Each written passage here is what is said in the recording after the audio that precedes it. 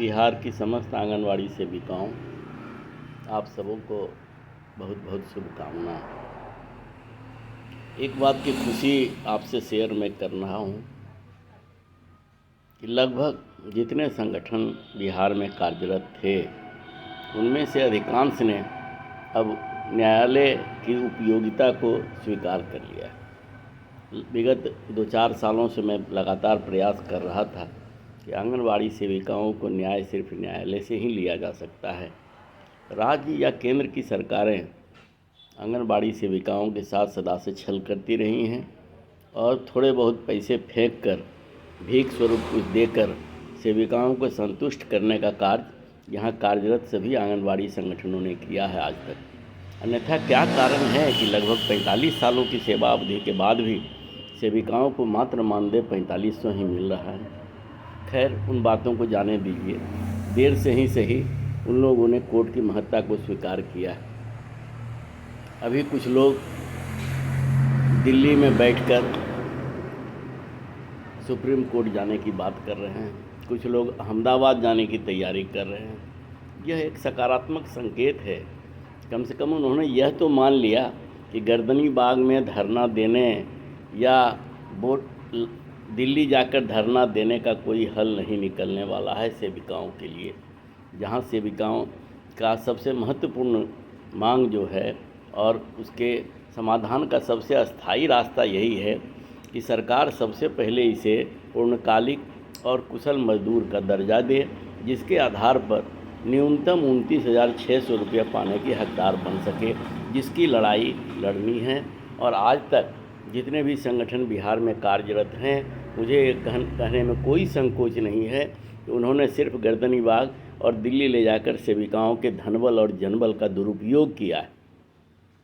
सेविकाओं को बरगला कर ये सिर्फ सरकार से 100, 200, 500, 1000 की ये भीख स्वरूप कुछ राशि प्राप्त करा लेना ही अपना उद्देश्य समझते रहें। देर से ही सही इन संगठनों ने यह तो माना कि अब कोर्ट ही विकल्प है।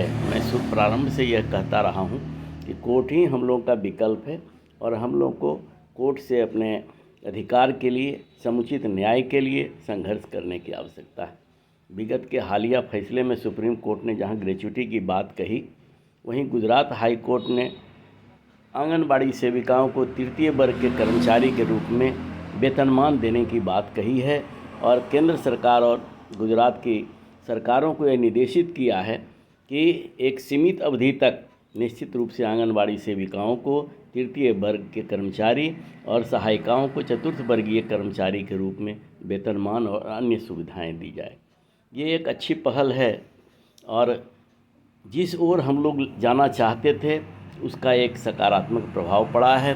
देर से ही सही सारे संगठन अब कोर्ट की उपादेयता, उपयोगिता को समझने लगे हैं और झूठ ही सही जो कुछ भी कर रहे हैं इस ओर प्रयास किया जा रहा है। यह स्वागत योग्य कदम है।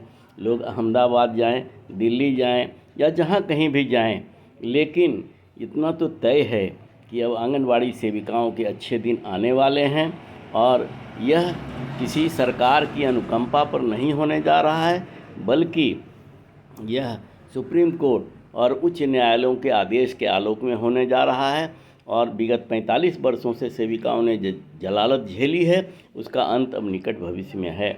मैं आप लोगों को एक शुभ संवाद दे दूं कि बहुत जल्द यानी खरमास ख़त्म होती हैं एक रिट दायर करने जा रहा हूं, जिसमें बहुत सारी सेविकाओं ने साथ देने का वचन दिया है और मैं विश्वास करता हूं कि 2025 आंगनवाड़ी सेविकाओं के लिए एक सुखद संदेश लेकर आएगा, जिसके आधार पर जलालत की ज़िंदगी से मुक्ति पाकर हम लोग एक सम्मानित सरकारी कर्मी का दर्जा प्राप्त करेंगे और मानदेय के बदले एक उचित जो वेतनमान है उसे हम लोग को मिलेगा, जिसका सौभाग्य मैं आप सबों को देना चाहता हूं। आपके समन्वित ताकत और संघर्ष के बल पर यह उपलब्धि हासिल होगी, ऐसा मेरा विश्वास है। जो लोग भी कोर्ट चलना चाहते हैं, अपने अपने स्तर से सारे लोग प्रयास कर रहे हैं। उनके प्रयासों की मैं आलोचना नहीं करता हूं, लेकिन उनके रास्ते बदले इस बात के लिए मैं उनका धन्यवाद ज्ञापित करता हूं। उन्होंने अब कम से कम इतना तो मान लिया कि अब कोर्ट से ही आंगनवाड़ी सेविकाओं को न्याय मिलेगा। यही मेरी उपलब्धि है, यही मेरी विजय है। और इसी विजय कामनाओं में सबों के साथ का मैं प्रार्थी हूँ, आकांक्षी हूँ। आप लोग साथ दीजिए, खड़े होकर हम लोग कोर्ट से निश्चित रूप से जीतेंगे, विजयी बनेंगे और आंगनवाड़ी सेविकाओं के भविष्य का निर्धारण खुद आंगनवाड़ी सेविकाएं करेंगे। किसी दल के चमचे या अन्य दलों के लोग, चाहे वो भाजपा हो, राजद हो, कम्युनिस्ट हो, कांग्रेस हो, किसी भी दल के कुछ लघु बनकर हम कुछ हासिल नहीं करने जा रहे हैं, वरन आंगनवाड़ी सेविकाएं अपने पैर पर खड़ी होकर अपने स्वविवेक से कोर्ट से न्याय लेगी, यही उपलब्धि होगी।